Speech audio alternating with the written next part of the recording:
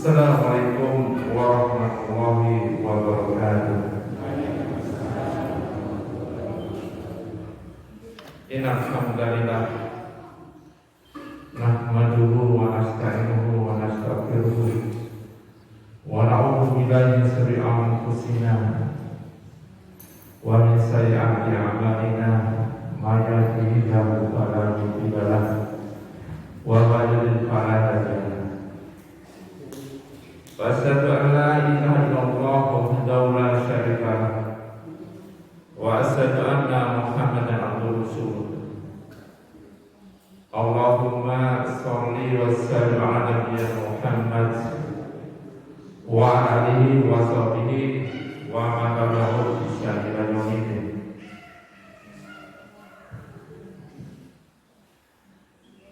Jamaah Bapak, Ibu, Mas-mas, adik-adik yang dirahmati Allah Subhanahu wa taala. Saya dan Bapak Ibu semuanya bersyukur dan memuji Allah taala atas karunia dan nikmat-Nya pada pagi hari ini, atas izin dan kehendak-Nya Allah kita dikumpulkan di Masjid Al-Mubarakah, masjid yang kita cintai, yang saya kenal sejak kecil. Karena Bapak Ibu mungkin sangat kenal dengan saya, saya asli sini, asli Bawah Jepang. Alhamdulillah atas karunia dan izinnya Allah, saya bisa bersilaturahmi dalam rangka menghadirkan majelis ilmu, majelis yang dimuliakan Allah Ta'ala, suatu majelis yang mana para malaikat dan makhluk-makhluk di bumi, termasuk ikan di sungai, di sawah, dan di lautan, memintakan ampun pada orang-orang yang mengadakan majelis ilmu, karena atas keridhaan, kesenangannya makhluk-makhluknya Allah di langit dan bumi pada hamba-hambanya manusia yang mengadakan majelis ilmu tersebut.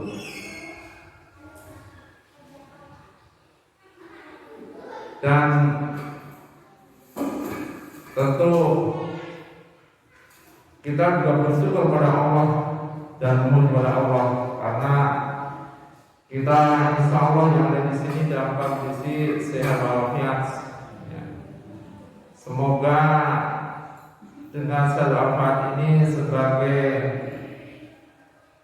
kesempatan untuk menimba ilmu yang insya Allah saya berikan pada hari ini, pada pagi hari ini. Jadi kajian ini insya Allah saya bertema dengan judul atau dengan tema ikhtiar secara syar'i dan kauni dalam menghadapi musibah, terutama musibah COVID-19 ini. Tak lupa kita harus selalu sampaikan salam dan sholawat kepada kekasih Allah, Qaulullah, menjadi panutan kita semuanya, manusia yang terbaik di muka bumi ini 1400 tahun yang lalu, yaitu baginda Rasulullah SAW, pada istri-istrinya, anak-anaknya, keluarganya, dan sahabat-sahabat beliau tanpa terkecuali, dan juga kepada orang-orang yang mau istiqomah mengikuti sunnah-sunnah beliau.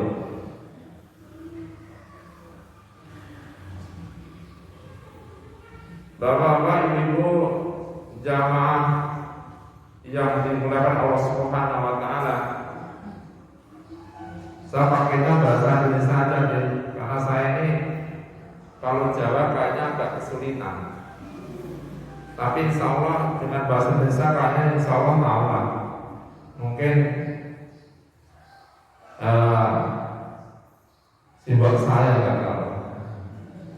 Jadi saya aja simbol saya ini, saya mengharap keberkahannya dari Allah.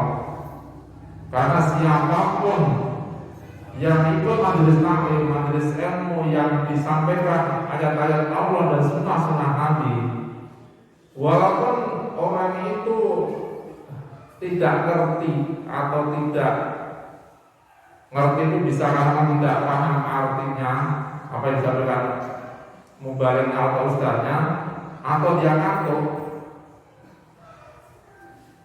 tetapi Allah tetap berikan suatu keriduan kemuliaannya pada orang-orang yang ikut majelis taklim tersebut, apalagi orang-orang yang mendengarkannya dengan baik.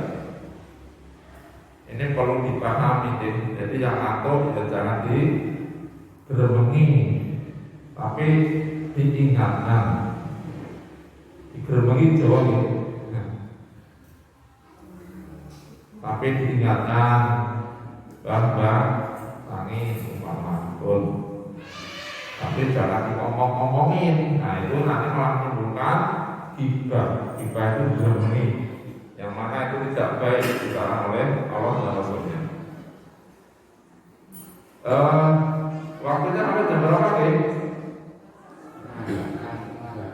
Setengah 8. Wah, ini udah jam 7:04. Mungkin nanti agak nambah sedikit ya, karena saya mau datang sini itu bangunnya luar biasa, jam subuh dan sudah siap-siap sebelum subuh. Karena dari Jogja untuk waktu cukup lama, 45 menit itu sudah ngebut.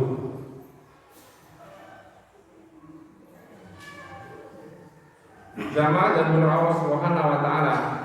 Ya. Kita harus menyadari dan mengetahui bahwasanya manusia diciptakan oleh Allah Ta'ala itu untuk beribadah kepada Allah. Sebagaimana Allah kabarkan dalam surat Al-Anbiya ayat 46, Allah mengatakan atau Allah berfirman, A'udzu billahi minasyaitonir rajim, wa ma khalaqtul jinna wal insa illa liya'budun. Aku tidak menciptakan jin dan manusia liya'budun, kecuali untuk beribadah kepadaku. Juga Allah di surat Al-Baqarah ayat 5 Allah berfirman, wa ma umiru illa liya'budullaha mukhlishina lahu ad-dina hunafa'a wa yuqimus salata wa yutuz zakata wa dzalika ad-dinul qayyim. Yang artinya padahal mereka manusia hanya diperintah menyembah Allah dengan ikhlas mentaati semata-mata menjalankan agama dan juga agar melaksanakan sholat dan menunaikan zakat, yang demikian itulah agama yang benar atau yang lurus. Dari dua ayat tersebut kita pahami sangat jelas bahwasanya kita lahir di dunia ini bukan ujug-ujug, bukan kebetulan. Kita dilahirkan ke dunia ini lewat orang tua kita, diciptakan Allah Ta'ala, punya tujuan yang mulia. Harus kita pahami, mulianya yaitu untuk liya'budun, beribadah kepada Allah. Harus kita camkan itu. Beribadah ini para ulama mengatakan segala aktivitas kita yang dicintai Allah, yang diridhai Allah, itulah namanya ibadah. Ibadah yang paling utama, yang pertama adalah disuruh menyembah kepada Allah saja. Tidak boleh menyembah Allah, tetapi juga menyembah selain Allah. Tidak boleh orang menyembah Allah, tetapi dia minta kepada kuburan, minta kepada tempat-tempat yang keramat. Itu adalah kesyirikan, dan itu bukan Allah kehendaki. Allah menghendaki hanya minta kepada Allah, bukan kepada selain Allah, bukan kepada kuburan, termasuk kuburan para nabi pun tidak boleh. Karena itu kesyirikan, dan itu dimurkai Allah Ta'ala. Jamaah yang dimuliakan Allah Subhanahu wa Ta'ala, di surat Al-Rum ayat 21 Allah mengatakan,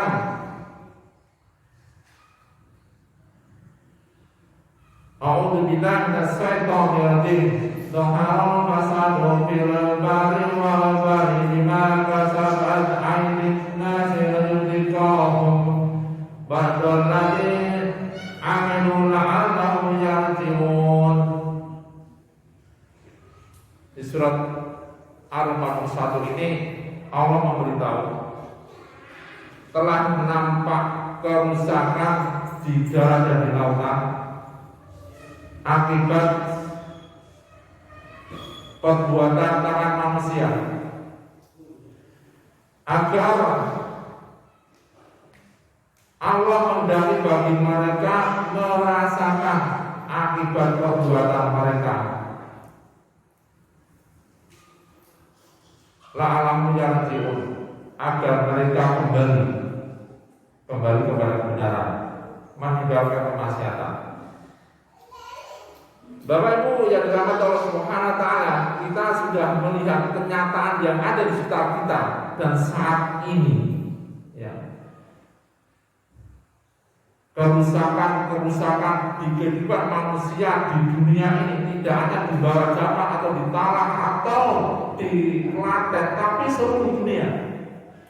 Ada kerusakan kehidupan manusia, kerusakan tadi gambaran Allah, kerusakan di fil barri wal bahri, di darat dan di lautan. Maksudnya kerusakan kehidupan manusia. Kerusakan apa? Kerusakan yang tidak normal seperti biasanya, ya. Adanya wabah, ada bencana-bencana, ya. Bencana-bencana seperti banjir, tsunami, ya, gunung meletus yang memakan ribuan manusia, ya. Sampai wabah yang namanya kasus pembunuhan di Rohingya, di Uighur, Cina, itu adalah suatu bencana kemanusiaan.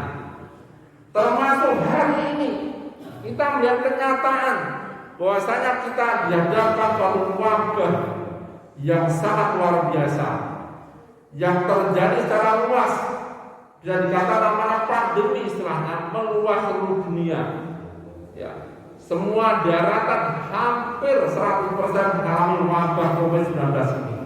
Ini adalah kerusakan, ya. Yang mana Allah katakan bima kasabat aydin nasi, akibat perbuatan ulah manusia, ya. Jadi harus dipahami bahwasanya wabah COVID-19 ini pun termasuk akibat perbuatan manusia. Maksudnya apa? Perbuatan maksiat dilakukan oleh manusia. Itu harus disadari dan dipahami. Banyak orang tidak memikirkan itu, hanya memikirkan wabah COVID-19 ini hanya karena virus, sebab-sebabnya dan akibatnya, tapi tidak pernah memikirkan asalnya yang hakikatnya, yaitu sebenarnya akibat perbuatan tangan manusia, kemaksiatannya. Kemaksiatan apa? Yang kita lihat kenyataan dunia ini, kemaksiatan semakin merajalela, ya. Banyak yang namanya harusnya seorang laki-laki itu menyenangi perempuan, tetapi sekarang ini ada gerakan yang namanya LGBT, suatu gerakan laki-laki senang laki-laki sehingga sampai pernikahan dan itu diumumkan di media massa terang-terangan. Sudah banyak di dunia ini seperti itu.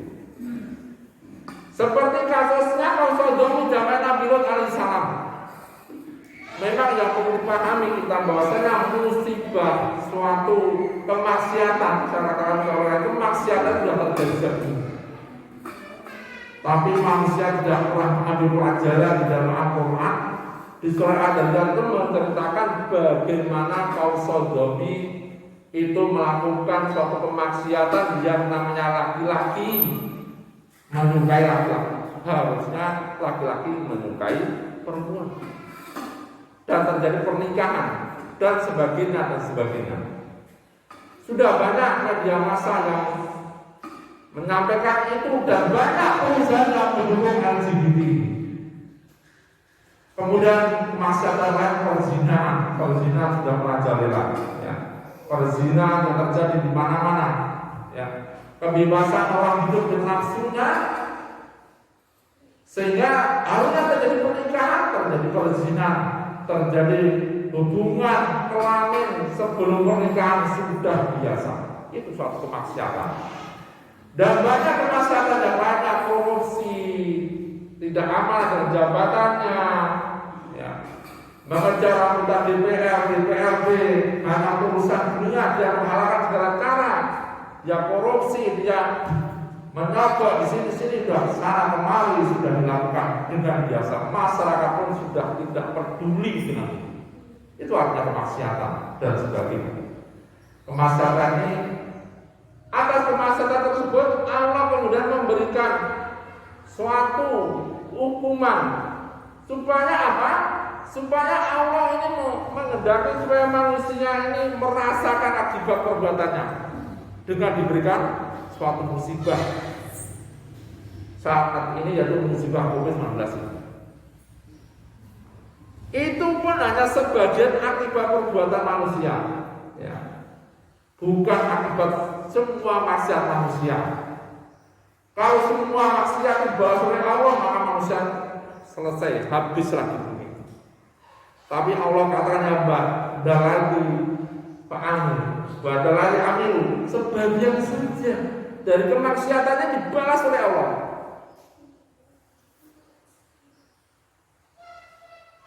Lalu rajiun agar apa tujuannya?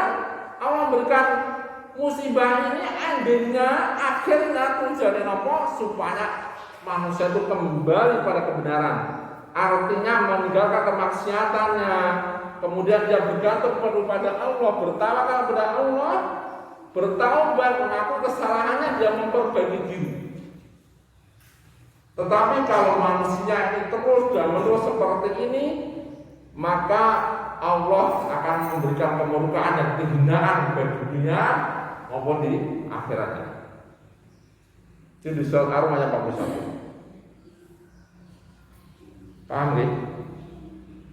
Saya semangat ngomong, tapi kalau nanti jamaah nggak paham, insya Allah paham bu, bawa semuanya kertas gue. Kalau nggak paham ngomong aja, karena saya udah ngomong dengan suara yang keras, tapi buatan ngerti ya, repot. Nggak penting sepuh-sepuh kata gitu, bingung ini. Kertas bahasa Indonesia apa gitu? Enten sing buatan kertas. Enten. Intinipun Mbak, Bu, awali maringi wabah COVID-19 ini, nggih. Niku akibate maksiate menungso ki maksiat, Allah ngarani balas dengan maringi musibah apa? Pagebluk. Nah, pagebluk COVID-19. Supaya manusia kembali, supaya manusia ibadah meleh, orang maksiat meleh. Nah, kata nek Jawa niku.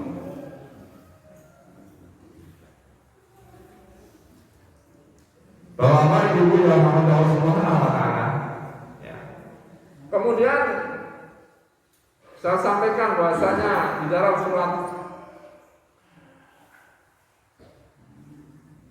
Al-Anbiya ayat 35 Allah mengatakan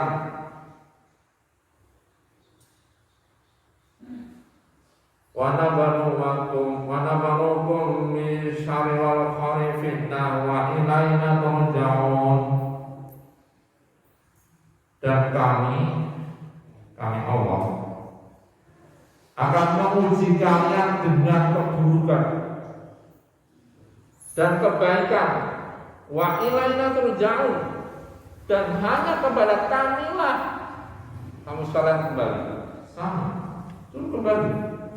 Artinya Allah berikan kamu cobaan. Ya, cobaan itu kalau dalam musibah bedanya apa? Beda. Ya. Jadi Allah itu memberikan suatu ujian atau suatu cobaan supaya manusia itu kembali kepada jalan yang benar. Wa ilaina turja'un. Surat Al-Anbiya sama. Allah menyampaikan berita seperti itu.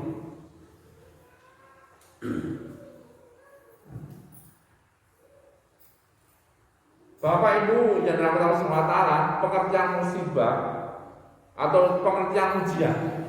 Jadi ujian dari Allah itu bisa kenikmatan, ya.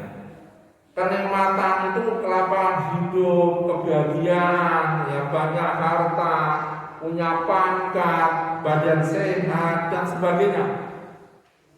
Intinya segala sesuatu yang menyenangkan hati dan menyenangkan badan itulah kenikmatan yang sebenarnya itu juga ujian. Jenengan semuanya diparingi sehat, saya diparingi sehat, dibaringi bisa napas, bisa melihat, ya. Itu kenikmatan dan sebagai ujian dari Allah juga.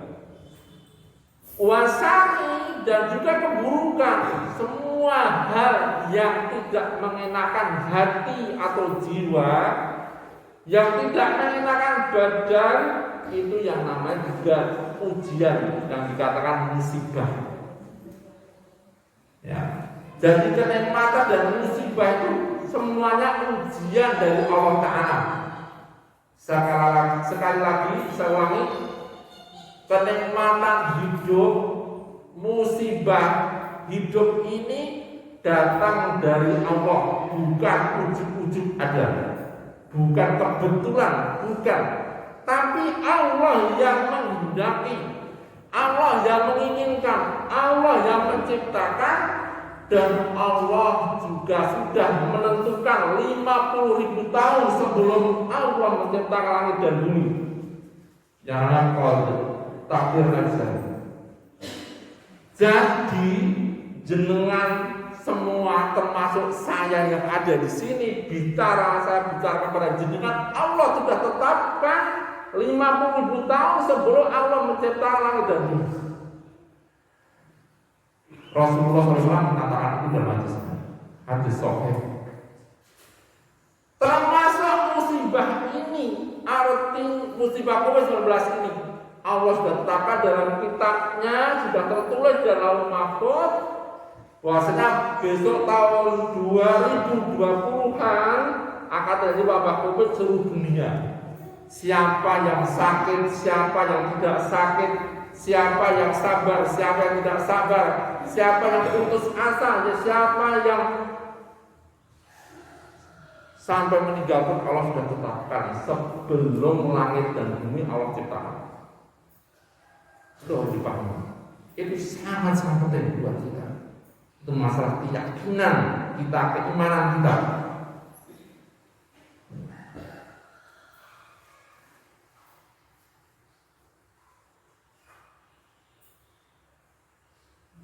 Jadi itu sesuatu yang sangat urgen, itu sangat penting pengertian wabah. Kemudian Allah mengatakan di dalam surat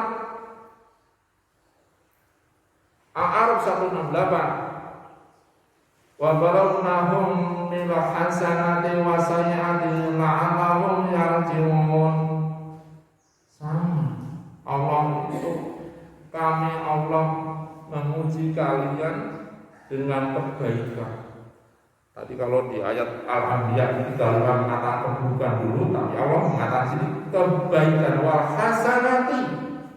Wal hasanati itu artinya kebaikan. Kebaikan sama seperti tadi, semua kenikmatan hidup, kesehatan kita. Baru wasayati, keburukan. Lalu yang agar mereka kembali kepada Allah.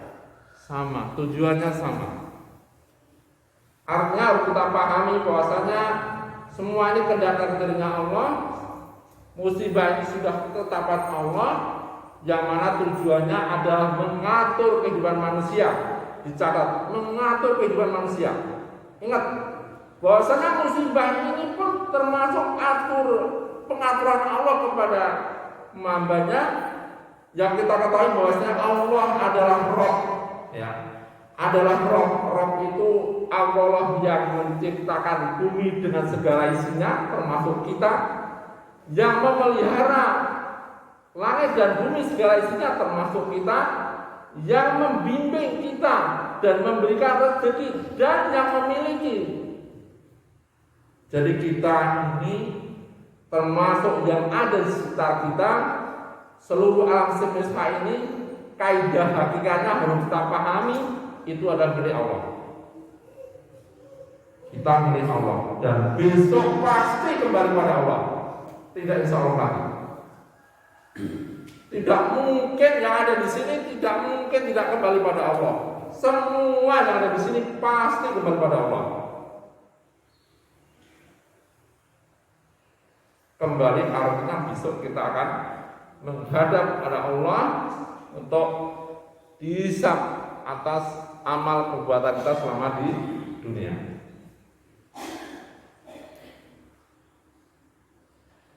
Bapak Ibu yang dirahmati Allah Subhanahu wa taala, Roh kita adalah Zat yang Maha Kasih. Lebih kasih, lebih menyayangi dibandingkan kita diri sendiri. Allah Zat yang Maha Bijaksana. Allah adalah Zat yang memiliki, ya, dan sebagainya. Kemudian Allah selanjutnya mengatakan di surat Al-Baqarah 15:157, ya. A'udzubillahi minasyaitonir rajim. Wa la nabluwannakum bi'shay'in minal khawfi wal ju'i wa naqsin minal amwali wal anfusi was samarat wa bashshiris sabirin alladzina idza asabatuhum musibah qalu inna lillahi wa inna ilaihi raji'un ulaika 'alaihim salatun min rabbihim wa rahmah wa ulaika humul muhtadun. Bapak Ibu yang dirahmati Allah, sekali lagi Allah mengatakan dan sungguh, kata sungguhnya itu menekankan sekali. Allah mengatakan dan sungguh kami akan menguji kalian dengan sedikit ketakutan dan kelaparan.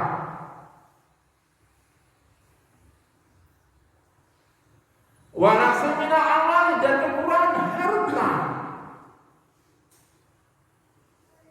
Wa naqsin minal amwali wal anfusi wa samarat, juga kekurangan jiwa. Maksudnya orang jiwa itu badannya sakit, ya. Atau kematian keluarga, anggota keluarga tercinta atau sahabat-sahabat tercinta, ya. Wasamarat, artinya gagal panen. Buat petani, mungkin saya yakin sebagian besar masyarakat kita di sini sebagai besar adalah petani. Tapi kadang-kadang Allah memberikan cobaan dengan wasamarat, dengan kekurangan buah-buahan. Maksudnya gagal panen karena musibah, karena hujan deras, karena hama dan sebagainya. Itu Allah yang menentukan. Wa basyiris sabirin, berilah kabar gembira kepada orang yang sabar. Alladzina idza asabatum musibah, manakala dia mendapatkan musibah, ya, musibah yang sampaikan Allah di depan ayat tadi, jenis-jenis musibah. Saya ulang lagi, jenis-jenis musibah itu bisa ketakutan. Wa khawfi, ketakutan dengan wabah COVID-19 ini suatu musibah. Wajui, kekurangan makan. Alhamdulillah, saya yakin masyarakat di sini tidak kekurangan makan. Artinya Allah tidak memberikan cobaan kesulitan makan. Tapi harus dipahami ada di sekitar kita yang jauh atau yang dekat sana ada orang yang makannya sulit. Itu kadang-kadang Allah coba ada Allah. Atau kadang Allah bukan cobaan, sakit, badannya sakit, sampai dia ke rumah sakit, kemudian atau dia mungkin ada orang yang meninggal, ya. Kemudian dia juga gagal panen, sebagainya, dia panen nggak bisa karena lereng, karena hujan deras. Tetapi Allah mengatakan bahwa siri sobirin, sampaikan kabar gembira kepada orang-orang yang sabar, yaitu orang yang alladzina idza asabathum musibah, yaitu orang-orang yang manakala dia mendapatkan musibah, dia mengatakan qalu inna lillahi, dia mengatakan dengan hatinya, tidak hanya dengan lisannya saja, dia mengatakan dengan lisan dan hatinya, hati dan lisannya bersamaan, inna lillahi wa inna ilaihi raji'un, sesungguhnya kami milik Allah, ya. Kita ini akhirnya seperti yang saya katakan di depan, kita ini milik Allah. Dia mengatakan, menyadari, memahami, meyakini bahwa setiap kita ini manusia milik Allah. Wa inna lillahi wa inna ilaihi raji'un. Dan kepada Allah kita kembali. Dan kita milik Allah, termasuk harta-harta yang kita miliki. Itulah hakikat yang milik Allah. Kepada manusia orang menyadari, ya, bahwasanya sebenarnya harta, diri kita, jiwa kita, fisik kita itu milik Allah. Maka tergantung Allah. Allah yang menghendaki, yang memiliki, yang menguasai. Allah adalah zat yang mengatur, yang memelihara, yang maha pengasih. Mau diapakan, tergantung Allah yang menghendaki. Manakala Allah menghendaki dicabut, ya, diberikan sakit, dirusak dan sebagainya, ya, maka kita sebagai orang-orang yang meyakini itu kita adalah memang hambanya Allah, harus menyadari ikhlas ridho atas kehendak Allah. Dan karena wa ilaina rajiun, dan kita pasti kembali pada Allah. Artinya akan bisa oleh Allah atas semua sikap dan keyakinan kita sehari-hari selama di dunia ini.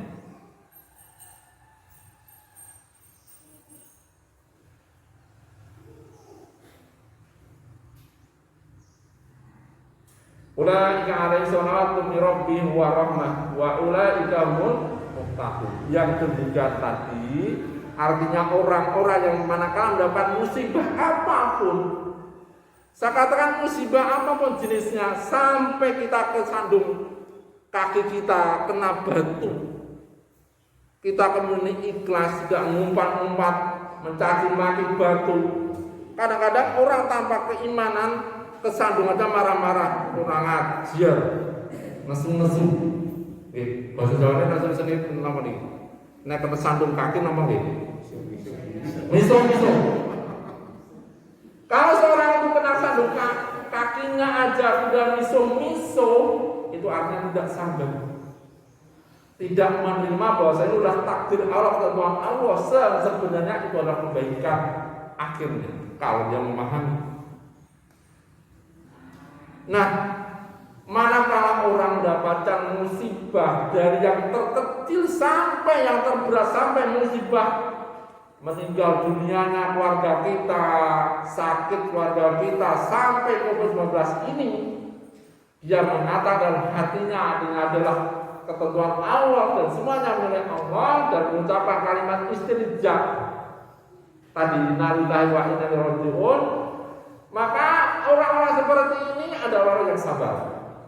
Dan Allah mengatakan ulaika li salatu min rabbihim wa rahmah. Orang-orang tadi orang yang mendapatkan sholawat dari Allah dan rahmatnya. Bayangkan jenengan dapat musibah tapi endingnya dapat rahmat. Ending itu bahasa Indonesia kejawain apa? Akhirnya. Saya terbiasa ngomong dari ending. Akhirnya dapat sholawat dan rahmat dari Allah Ta'ala. Artinya pujian dari Allah dan rahmat kasih sayang dari Rabb-Nya. Bayangin jenengan hanya kesandung tapi dapat pujian dari Allah. Bagaimana caranya tadi? Bagaimana caranya ibu-ibu? Ya. Tapi ingat, jangan hanya berkata di lisan, tapi harus berkata dari hati dan di sana. Berkata lisannya, hatinya dulu, baru terucap di lisannya. Jangan hanya sudah lisan. Kurang 15 menit, seperti ini. Paham ya? Sama.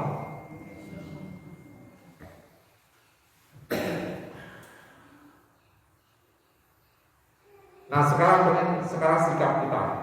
Sekarang sikap ini karena berhubungan dengan COVID-19, saya sampaikan sikap kita biar kita bagaimana. Jamaah yang berdoa Allah Subhanahu wa Ta'ala, takdir Allah itu atau ketentuan Allah, ketetapan Allah itu bisa syar'i dan kauni. Ya, kauni itu artinya hukum alam, sunatullah istilahnya.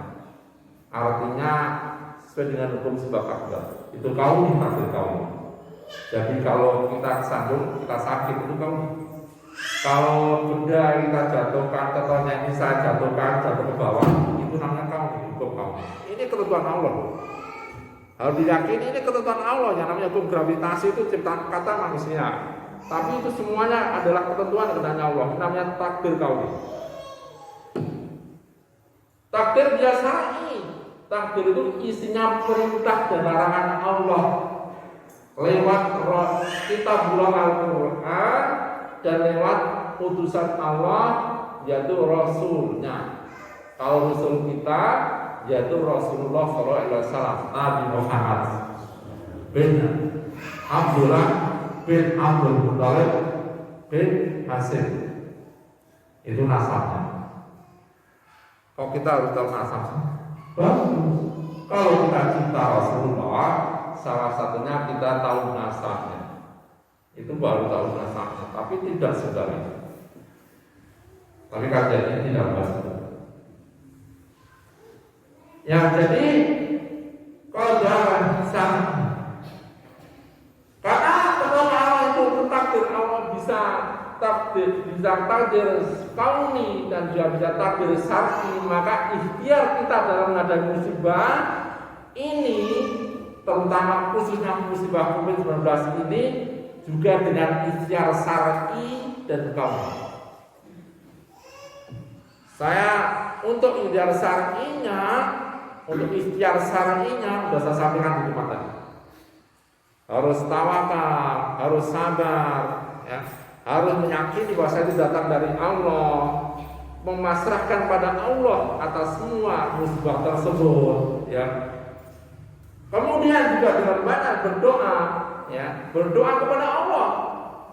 Karena doa ini adalah ibadah, doa wa ibadah. Kalau buku ini astajib lakum, dalam hadisnya Rasulullah katakan. Jadi berdoa. Saya tanya, mohon maaf, saya tanya doa untuk menghadapi wabah ini salah satu jamaah tahu nggak? Mohon maaf, saya mohon satu jamaah yang tahu doanya menghadapi wabah ini. Ibu-ibu udah mulai tahu nggak? Saya tanya ibu dari Buzal, yang ibu asli sini. Saya tanya salah satu doa menghadapi wabah ini dengan doa seperti apa? Coba.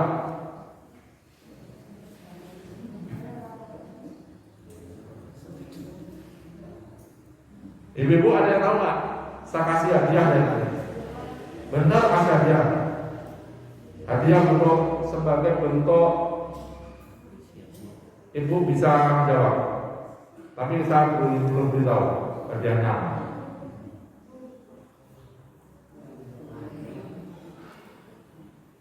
Gak tahu ya, bapak-bapak.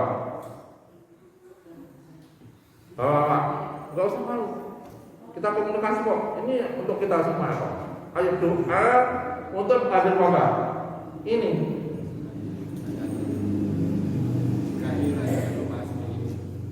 Apa?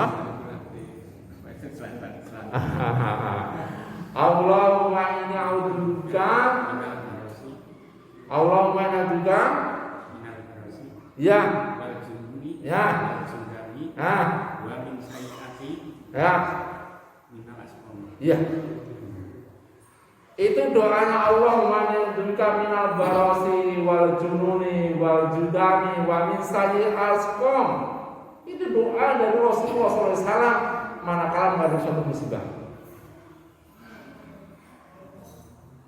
Ya Allah, saya berlindung padamu dari penyakit belang, ya, penyakit jiwa seperti PDWK bahasa maupun edan, ya. Dan sebagai kusta dan dari segala kejelekan-kejelekan penyakit. Itu ajaran Rasulullah. Kita akan ada musibah seperti itu. Harus sering berdoa, harus sering mengucapkan itu. Nanti dia apa? Ya. Memang di situ doa ini sangat penting sekali karena memang itu tuntunannya ibadah doa itu ibadah doa adalah roh ibadah. Salah satu doa yang sangat manjur atau sangat mustajab manakala kita sedang sujud. Sehingga kalau dan sholat sunnah atau sholat wajib dituntunkan untuk berdoa seperti itu. Tapi jangan berdoa dalam bahasa Indonesia. Dengan tetap dengan bahasa terbaik baca Quran dan bahasa hadis. Ya. Tetapi harus belajar doa zikir dulu. Subhanallah baru kemudian berdoa supaya dihindarkan dari penyakit. Kemudian selanjutnya dan zikir, banyaklah berzikir kepada Allah. Ingat pada Allah, karena zikir dan doa ini adalah suatu kesibukan yang paling bermanfaat. Ya, kesibukan dunia yang bermanfaat apa? Doa dan zikir. Doa dan zikir akan menghindarkan keburukan, yang mendatangkan kesenangan hidup, kesehatan, ketentraman hati dan sebagainya. Ya. Kemudian selanjutnya saya ikat waktu aja, kan udah hampir setengah 8. Kemudian ikhtiar sasarai saya kira udah di depan udah sangat banyak. Kemudian saya bicara ikhtiar secara kaumi. Ya. Bahwasanya perlu saya sampaikan tak fokus 19 ini, ya karena saya ini pendahuluan sebagai dokter ya. Saya bukan sombong nih kalau bicara dokter udah lagi. Sangat sudah sombong dulu. Ya alhamdulillah saya Haji Zainal bin Harjo bin Ayat. Qadarullah atas kehendak Allah saya jadi dokter. Ya. Dari dokter dan saya sekarang dokter di PKA Muhammadiyah di Jakarta sebagai dokter bedah. Itu semangat Allah dan ketentuan Allah. Saya banyak berkecimpung masalah COVID-19 ini walaupun tidak langsung karena memang di bidangnya ada di rumah sakit itu ada yang menangani khusus bidang COVID, dokter paru-paru, bukan dokter bedah. Tapi saya sudah tahu saja. Jadi ikhtiar medis kita harus mengerti dulu tentang COVID-19 ini. Jadi wabah ini ya disebabkan oleh virus yang namanya COVID-19 ini virus corona. Yang mana virus ini sebenarnya makhluk Allah yang sangat kecil, bukan makhluk gaib, sangat kecil aja, yang tidak bisa dilihat dengan mata telanjang, tapi hanya bisa dilihat dengan pembesar yaitu namanya mikroskop. Yang suka hidup dalam tubuh manusia, dia tidak suka dalam tubuh hewan. Yang menyukai tubuh manusia. Yang asal mulanya asal mulanya katanya informasinya dari Wuhan Cina sana, karena biasa orang-orang punya biasa makan yang haram, makan musang, makan ular, makan tikus. Itu kenyataan dari informasi yang Bapak saya kira berpaham semua.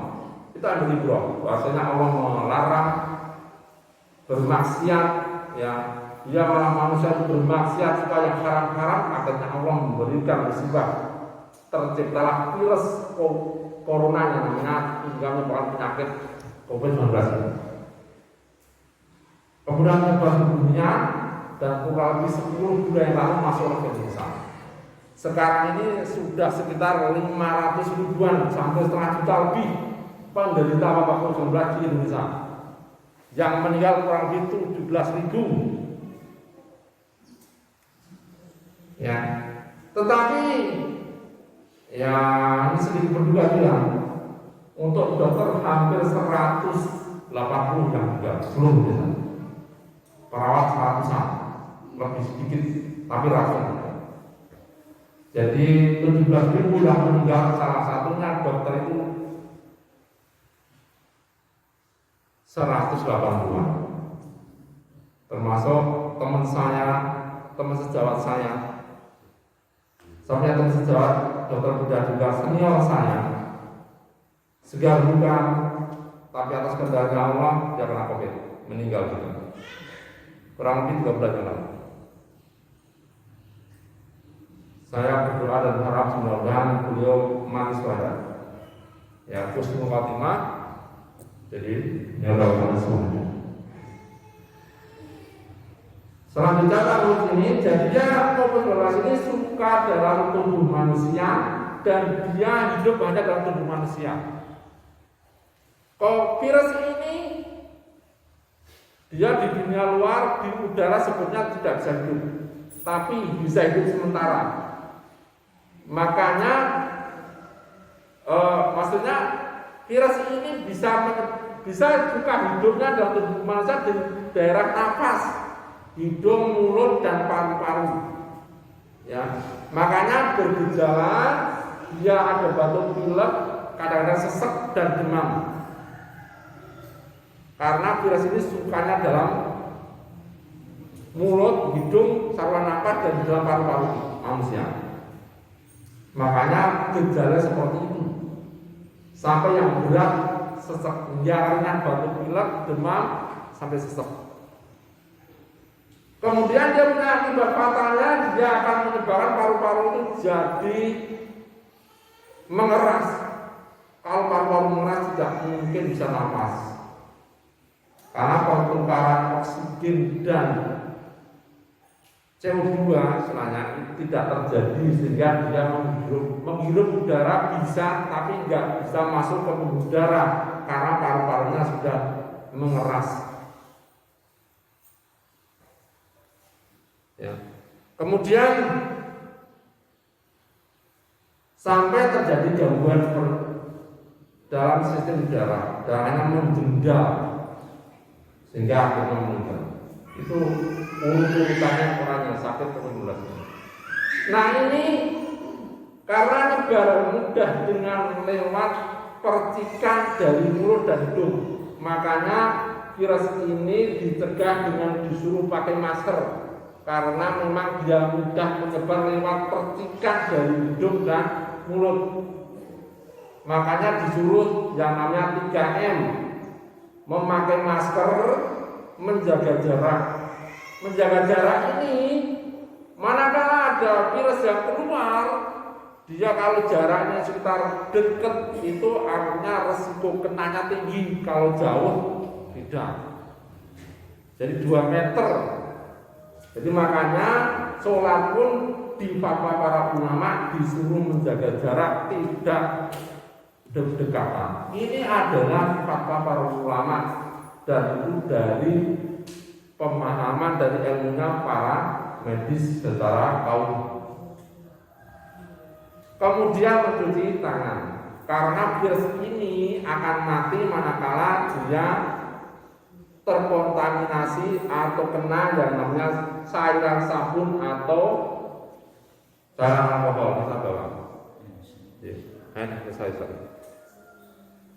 Karena virus ini di dalam tubuhnya ada lemak. Kalau dapat cairan alkohol atau cairan sabun, lemaknya akan larut sehingga virusnya akan larut sehingga mati.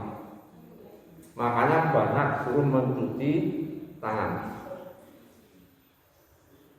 Kemudian masalah virus, karakternya sudah. Kemudian ikhtiarnya tadi 3 yang sudah saya sampaikan. Yang terakhir yaitu menjaga daya tahan tubuh. Menjaga daya tubuh istilahnya menjaga kekebalan tubuh, atau bahasa kerennya daya imunitas tubuh manusia harus dijaga. Ini berhubungan juga antara ikhtiar syar'i dan kauni. Artinya ikhtiar yang bisa dilakukan oleh Allah dan Rasulnya, Rasulullah SAW, dan juga cara kauni secara medis pun sama. Ya. Makanya dalam menjaga kekebalan tubuh ini yang pertama istirahat yang cukup. Artinya tidurnya harus diubah, pola tidur. Jadi pola tidur itu dimulai Rasulullah SAW mengajarkan tidurlah seawal, bangunlah awal. Disuruh tidur sudah bisa, kemudian bangun lebih awal. Secara medis itu baik. Memang dalam tubuh manusia namanya ada siklus circadian. Di dalam tubuh manusia itu ada hormon katabolisme atau hormon stres. Ya, itu akan tinggi di awal-awal, artinya sekitar jam 2, jam 3 itu tinggi. Makanya kalau serangan jantung rata-rata kan jam 2, serangan jantung rata-rata sebelum subuh. Ya. Karena ada hormon stres yang tinggi. Nah, manakala orang itu bangun di awal sebelum subuh, udah bangun, kalau bangun saja itu hormonnya akan turun, hormon stresnya itu turun, sehingga dia normal, sehingga dia terjadi keseimbangan antara hormon pembentuk dan pemecah atau hormon stres. Jadi keseimbangan hormon. Makanya orang tua dulu kalau suka bangun malam itu umurnya panjang, itu ibrahim. Jadi makanya jenengan semua sukalah tidur di awal, bangun di awal. Jangan bangun di awal, bangun di akhir, percuma. Itu sih. Artinya manakala kita tidur di awal, kecuali ada keperluan yang sangat penting, yang kebaikan dunia dan akhiratnya, kecuali kalau sudah ngobrol ke TV, nggak ada manfaatnya, jelas itu ada kebaikannya. Makanya tidur awal baik untuk kesehatan dan baik untuk rohani kita, untuk kesehatan hati kita, kesehatan fisik kita. Kemudian yang kedua, pola makan. Makan ini saya harus katakan halal atau thayyiban. Halal, jelas harus halal, karena kenyataannya COVID-19 ini berasal dari makanan yang haram. Thayyiban artinya baik. Baik itu adalah secara medis artinya gizinya baik. Gizi yang baik tidak harus mahal. Jenengan perbanyak makan yang banyak protein. Protein itu bisa di bekicot, bisa di telur, bisa di kacang-kacangan, itu yang diperbanyak. Ya, kacang panjang itu kan protein nabati. Kalau telur protein hewani. Ya. Nasinya bukan, jangan balik nasinya banyak, tapi lauknya nggak ada sayur, nggak ada kacang-kacang, nggak ada telur, nggak ada bekicotnya. Kalau sekarang zaman dulu sekarang mau telur aja sulit ya, mau makan bekicot aja juga dulu ada bekicot. Tapi bekicot itu mengandung protein tinggi, termasuk ikan-ikan. Bisa dimakan di sini terkenal macet ikan. Itu. Kemudian pola makan sudah. Tentu harus semua makan harus bismillah. Saya ingatkan, baca bismillah ini punya maksud apa? Menyebut nama Allah supaya apa? Supaya Allah memberikan kebaikan dan makanan itu. Jadi kalau jenengan baca bismillah lalu mau makan, itu artinya jenengan dengan menyebut nama Allah, mudah-mudahan Allah memberikan kebaikan makanan itu. Supaya dengan makan itu bisa sehat, bisa terhindar dari penyakit. Ya. Itu yang kadang-kadang banyak tidak dipahami.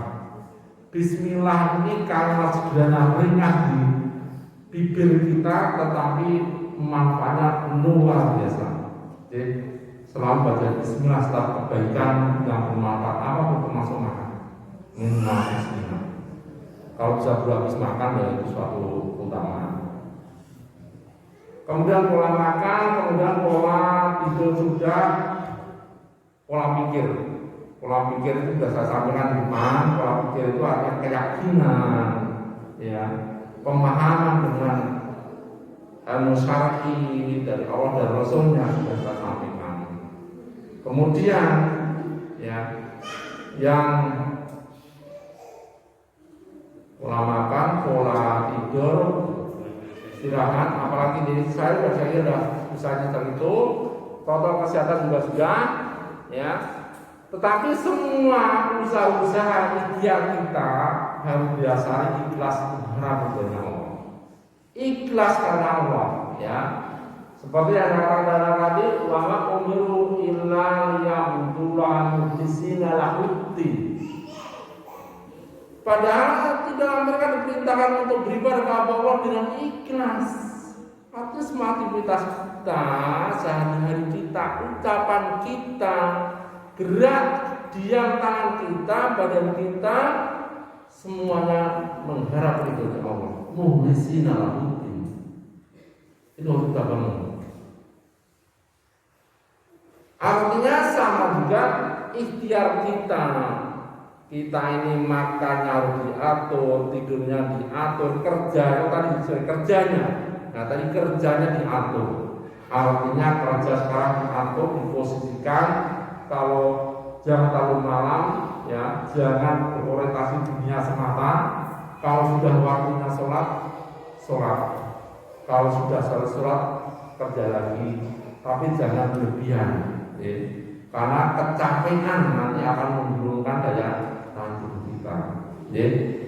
Kemudian harus dipahami semua harus dasari mengharap ridho Allah, mengharap pahalanya Allah, mengharap surganya Allah atas ikhtiar kita baik yang bersifat syar'i maupun qauli.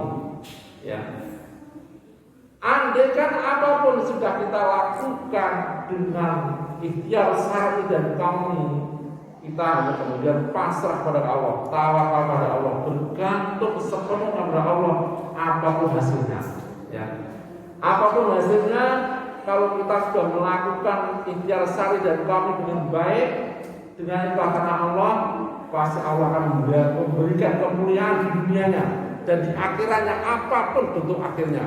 Apakah dia sakit atau tidak sakit, andaikan seorang hamba sudah ikhtiar seperti itu tetap sakit sampai meninggal, Allah pasti membalas semua ikhtiar itu dengan pahala yang tiada batas. Karena innama yuwassabiruna ajrun bighairi hisab. Salah satu yang belum saya sampaikan tadi, manakala orang sabar, Allah akan membalas kebaikan sabaran tersebut dengan pahala tiada batas di dunia dan di akhiratnya. Di akhirnya pasti masuk surga. Jadi alhamdulillah sudah setengah 8. Ya, saya kira saya akhiri. Ya, kita semua kembalikan pada Allah Ta'ala. Apa yang saya sampaikan ini saya berusaha, saya ambil dari tuntunan Allah dan Rasulnya. Ya. Tapi apabila saya sampaikan masih ada kekurangan, ya, ataupun ada kesalahan, saya minta ampun, istighfar pada Allah Ta'ala. Ya. Kita tak lupa sebelum kita tutup acara kajian pada pagi hari ini, kita juga tak lupa bersyukur pada Allah Ta'ala atas kesempatan yang Allah berikan bisa mengadakan kajian majelis salam ini, dan salam dan selawat kita sampaikan kepada Nabi Muhammad SAW dan sahabatnya dan orang yang mengikuti beliau. Ini ada sisi tajam nggak ini? Ada sisi tajam nggak? Oh ada. Oke, seperti biasanya karena kajian saya ini pertama kali memberikan kajian pada pagi ini, ya, saya tutup dengan kapal majelis. Artinya kapal majelis itu manakala ada kekurangan atau kesalahan, Allah mengampuni kita. Subhanaka Allahumma wa bihamdika asyhadu an la ilaha illa anta astaghfiruka wa atubu ilaik.